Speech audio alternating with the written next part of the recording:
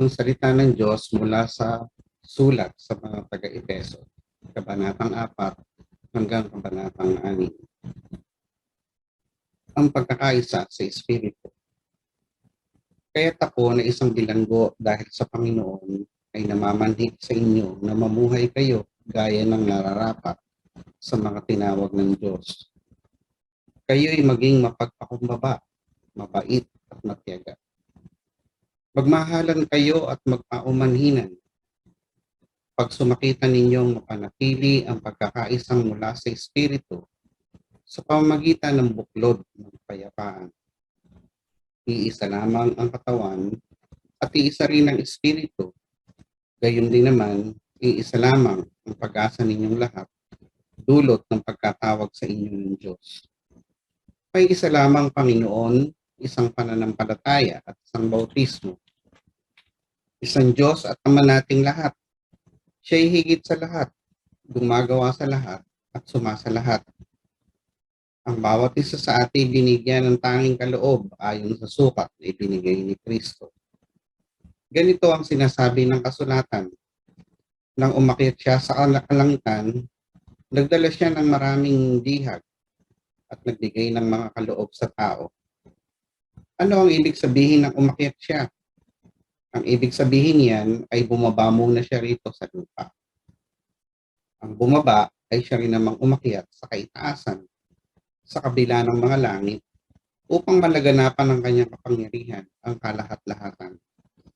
At ang iba'y ginawang apostol, ang iba'y propeta, ang iba'y ibanghilista, at ang iba'y pastor at guro. Ginawa niya ito upang ihanda sa paglilingkod ang lahat ng hinirang sa ikaunlad ng kanyang iglesia. Sa gayon, tayong lahat ay magkakaisa sa pananampalataya at pagkakilala sa anak ng Diyos at magiging ganap ang ating pagkatao ayon sa pagiging ganap ni Kristo. Hindi na tayo matutulad sa mga batang nadadala ng bawat aral, parang sasakyang dagat na sinisiklot-siklot ng mga alon at tinatangli ng hangin. Hindi na tayo malilinlang ng mga taong ang hangad ay ibulid tayo sa kamalian. Manapay sa pamamagitan ng pagsasalita ng katotohanan sa diwa ng pag-ibig, magiging ganap tayo kay Kristo na siyang ulo. Sa pamamagitan niya ay nabubuo ang katawan mula sa mga bahaging pinag-ugnay-ugnay ng kasukasuan. At kung maayos na gumaganap ng tungkulin ang bawat bahagi, ang buong katawan ay lalaki at lalakas sa pamamagitan ng pag-ibig. Ang bagong buhay kay Kristo. Sa ngalan ng Panginoon, ito ang sinasabi ko at iginigiit. Huwag na kayong mamuhay na gaya ng mga hentil, walang kabuluhan ng kanilang iniisip. At wala silang pangunawa dahil sa kanilang kamangmangan at katigasan ng ulo, wala silang bahagi sa buhay na kaloob ng Diyos. Sila'y nagumon sa kahalayan at walang kahihiyan kauntiman. Wala na silang inaatupag kundi pawang kalasmaan. Hindi ganyan ang natutunan ninyo kay Kristo. Kung talagang pinakinggan ninyo ang aral niya at naturuan kayo ng katotohanan na kay Jesus, iwanan ninyo ang dating pamumuhay. Hubarin na ninyo ang inyong dating pagkatao na napapahamak dahil sa masasamang wika.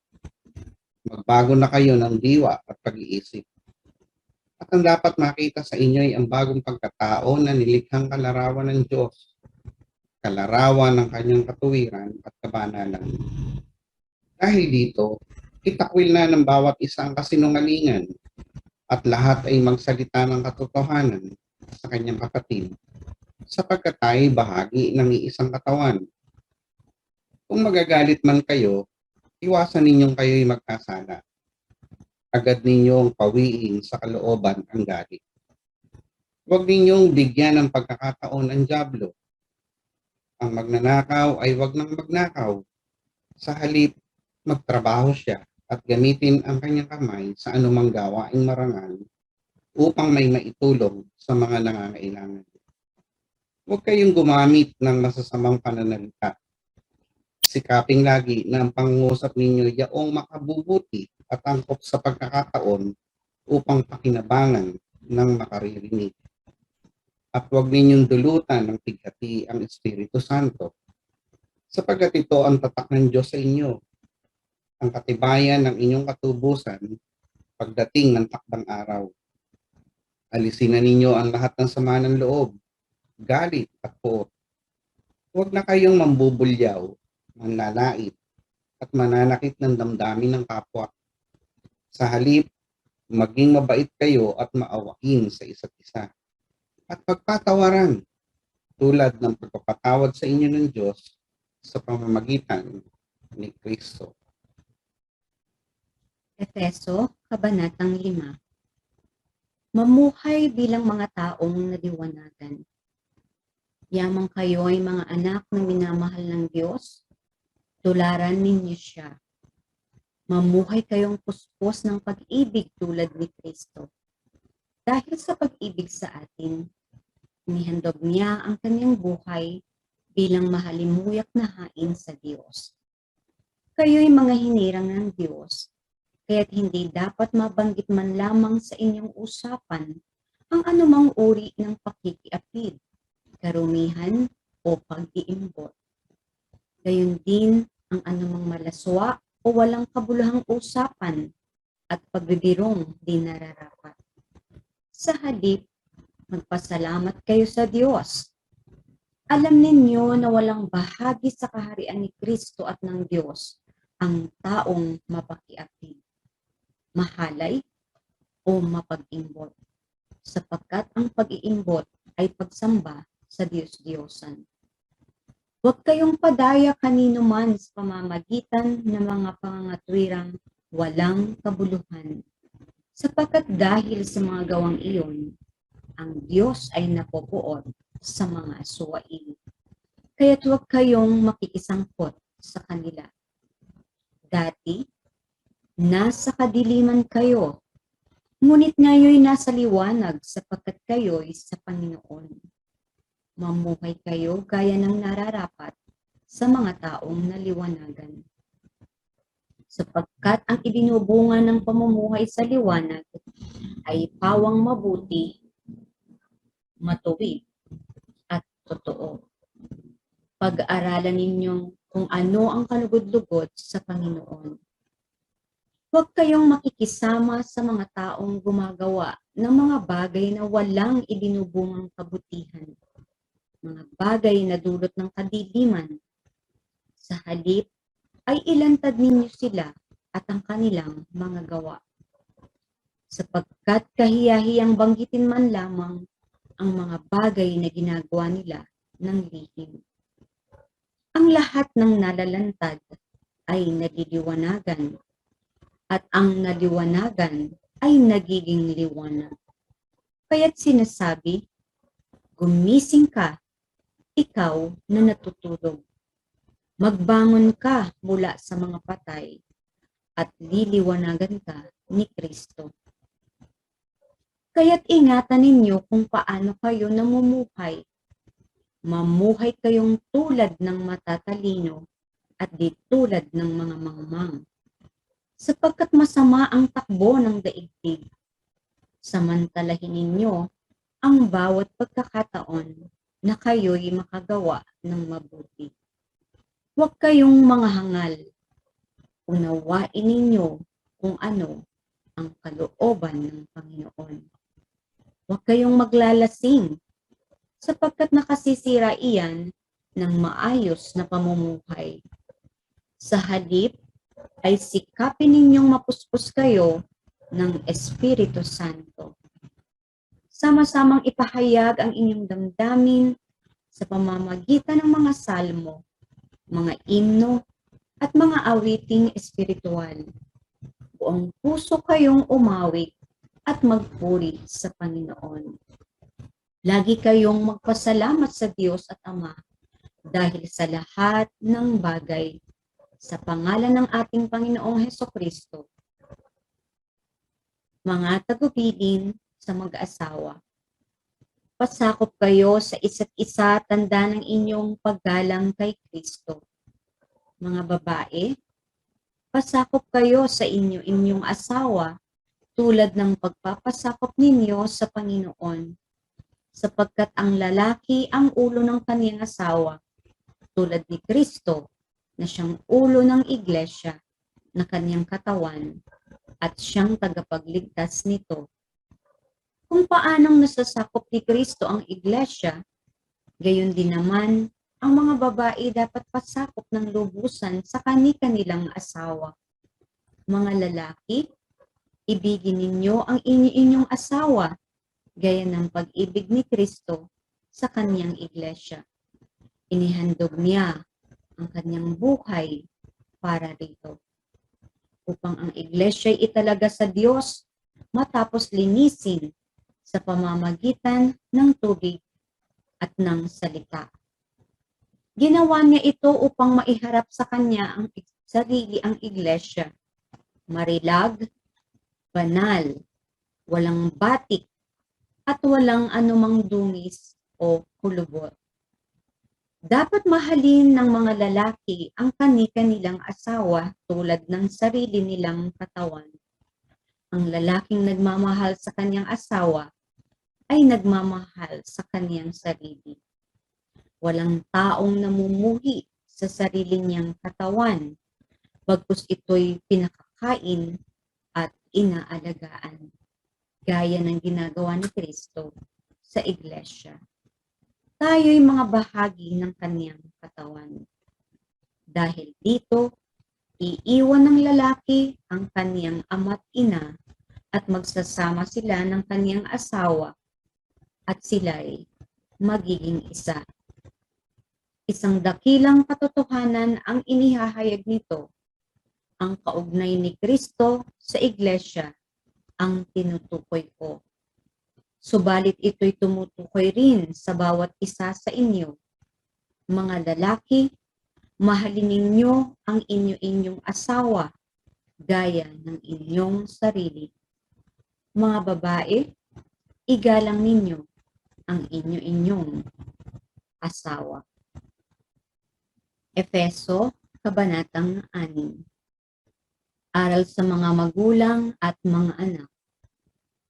Mga anak, sundin ninyo ang inyong magulang alang-alang sa Panginoon, sapagkat ito ang nararapat. Igalang mo ang inyong ama at ina. Ito ang unang utos na may kalakip na pangako. Ganito ang pangako. Ikaw ay giginhawa at lalawig ang iyong buhay rito sa lupa. Mga magulang, huwag ninyong ibuyo sa paghihimagsik laban sa inyo ang inyong anak dahil sa malabis ninyong pahimpitan. Sa halip, palakihin sila sa tuntunin at aral ng Panginoon. Aral sa mga alipin at sa mga Panginoon. Mga alipin, sundin ninyo ang inyong mga Panginoon dito sa lupa ng buong galang, takot, katapatan na parang si Kristo ang inyong pinaglilingkuran. May nakakakita man o wala, ganyan ang gawin ninyo. Hindi upang magbigay lubod sa mga tao, kundi dahil sa kayo'y lingkod ni Kristo at kusang loob na gumaganap ng kalooban ng Diyos. Maglingkod kayo ng may mabuting kalooban na parang sa Panginoon kayo naglilingkod at hindi sa mga tao lamang. Sapagkat alam ninyong gagantihin ng Panginoon ang bawat mabuting gawa ninyo man, alipin man o malaya. Mga Panginoon, maging mabuti kayo sa inyong mga alipin at huwag silang pagbantaan, sapagkat alam ninyong kayo'y parehong alipin ng iisang Panginoon na nasa langit at walang itinatangi. Sa wakas, magpakatibay kayo sa pamagitan ng inyong pakikipag-isa sa Panginoon at sa tulong ng dakilang kapangyarihan niya. Isuot ninyo ang baluting kaloob ng Diyos upang mapaglabanan ninyo ang mga lalang ng dyablo. Sapagkat ang kalaban natin hindi mga tao, kundi mga pinuno, mga may kapangyarihan, at mga tagapamahala ng kadilimang namamayani sa sanlibutan ito, ang mga hukbong espiritual ng kasamaan sa himpapawid. Kaya't isuot ninyo ang baluting mula sa Diyos. Sa gayon, makatatagal kayo sa pakikipaglaban pagdating ng masamang araw na iyon. At pagkatapos ng inyong pakikipaglaban, ay matatag pa rin kayong nakatayo. Kaya't maging handa kayo. Gawin ninyong bigkis ang katotohanan. Itakip sa dibdib ang baluti ng pagkamatuwid. At isuot ang panyapak ng pagiging handa sa pangangaral ng mabuting balita ng pakikipagkasundo sa Diyos. Taglayin ninyong lagi ang kalasag ng pananalig kay Kristo bilang pananggat pamatay sa lahat ng nagliliyab na palaso ng masama. Isuot ninyo ang helmet ng kaligtasan at kunin ninyo ang tabak na kaloob ng Espiritu sa makatuwid ang salita ng Diyos. Ang lahat ng ito'y gawin ninyo sa pamamagitan ng mga panalangin at pagsamo. Manalangin kayo sa lahat ng pagkakataon sa patnubay ng Espiritu. Kaya't lagi kayong maging handa at patuloy na manalangin para sa lahat ng hinirang ng Diyos.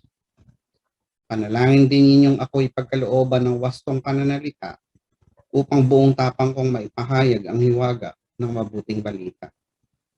Dahil sa mabuting balitang ito, ako'y sinugo at ngayon natatanikalaan.